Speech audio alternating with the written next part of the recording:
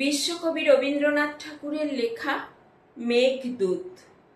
মিলনের প্রথম দিনে বাঁশি কি বলেছিল? সে বলেছিল, সেই মানুষ আমার কাছে এলো যে মানুষ আমার দূরে। আর বাঁশি বলেছিল, ধরলেও যাকে ধরা যায় না তাকে ধরেছি, পেলেও সকল পাওয়াকে যে ছাড়িয়ে যায় তাকে পাওয়া গেল। তারপরে রোজ বাঁশি বাজে না কেন?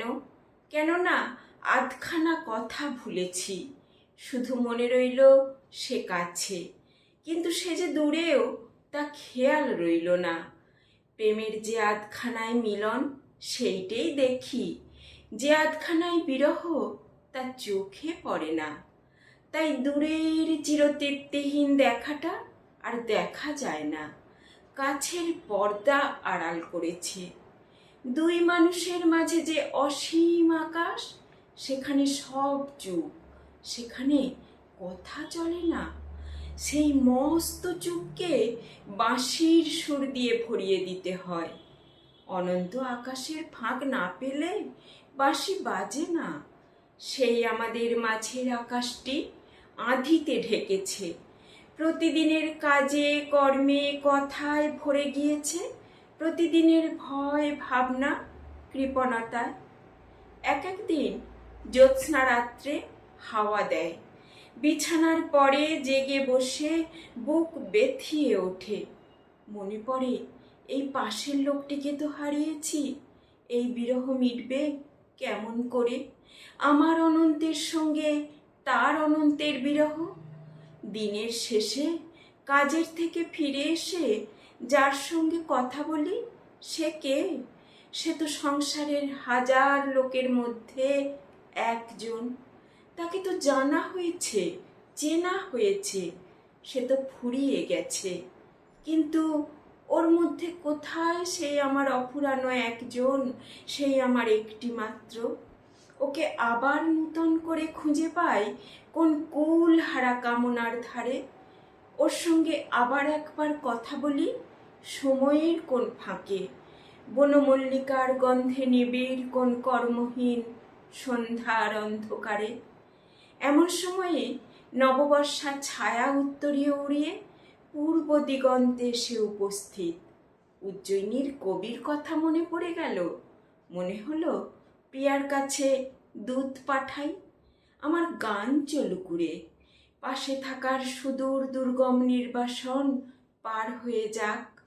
কিন্তু তাহলে তাকে যেতে হবে কালের উজান পথ বেয়ে, বাঁশির ব্যথায় ভরা আমাদের প্রথম মিলনের দিনে। সেই যে দিনটি বিশ্বের চিরবর্ষা ও চিরবসন্তের সকল গন্ধে, সকল ক্রন্দনে জড়িয়ে রয়ে গেল কেতকী বনের দীর্ঘশ্বাসে আর শালমঞ্জুরির উতলা আত্মনিবেদনে। নির্জন দিঘির ধারে নারিকেল বনের মর্মর মুখরিত বর্ষার আপন কথাটিকেই আমার কথা করে নিয়ে প্রিয়ার কানে পৌঁছিয়ে দিক, যেখানে সে তার এলো চুলে গ্রন্থি দিয়ে আঁচল কোমরে বেঁধে সংসারের কাজে ব্যস্ত। বহু দূরের অসীম আকাশ আজ বনরাজি নীলা পৃথিবীর শিয়রের কাছে নত হয়ে পড়ল। কানে কানে বললে, আমি তোমারই। পৃথিবী বললে, সে কেমন করে হবে? তুমি যে অসীম, আমি যে ছোট। আকাশ বললে, আমি তো চারদিকে আমার মেঘের সীমা টেনে দিয়েছি। পৃথিবী বললে, তোমার তো কত জ্যোতিষ্কের সম্পদ, আমার তো আলোর সম্পদ নেই। আকাশ বললে, আজ আমি আমার চন্দ্র সূর্য তারা সব হারিয়ে ফেলে এসেছি, আজ আমার একমাত্র তুমি আছো। পৃথিবী বললে, আমার অশ্রু ভরা হৃদয় হাওয়ায় হাওয়ায় চঞ্চল হয়ে কাঁপে, তুমি যে অবিচলিত। আকাশ বললে, আমার অশ্রুও আজ চঞ্চল হয়েছে, দেখতে কি পাওনি? আমার বক্ষ আজ শ্যামল হলো তোমার ওই শ্যামল হৃদয়টির মতো। সে এই বলে আকাশ পৃথিবীর মাঝখানকার চিরবিরহটাকে চোখের জলের গান দিয়ে ভরিয়ে দিলে। সেই আকাশ পৃথিবীর বিবাহ মন্ত্র গুঞ্জন নিয়ে নববর্ষা নামক আমাদের বিচ্ছেদের পরে। প্রিয়ার মধ্যে যা অনির্বচনীয়, তাই হঠাৎ বেজে ওঠা বীণার তারের মতো চকিত হয়ে উঠুক। সে আপন সিঁথির পরে তুলে দিক দূর বনান্তের রংটির মতো তার নীলাঞ্চল।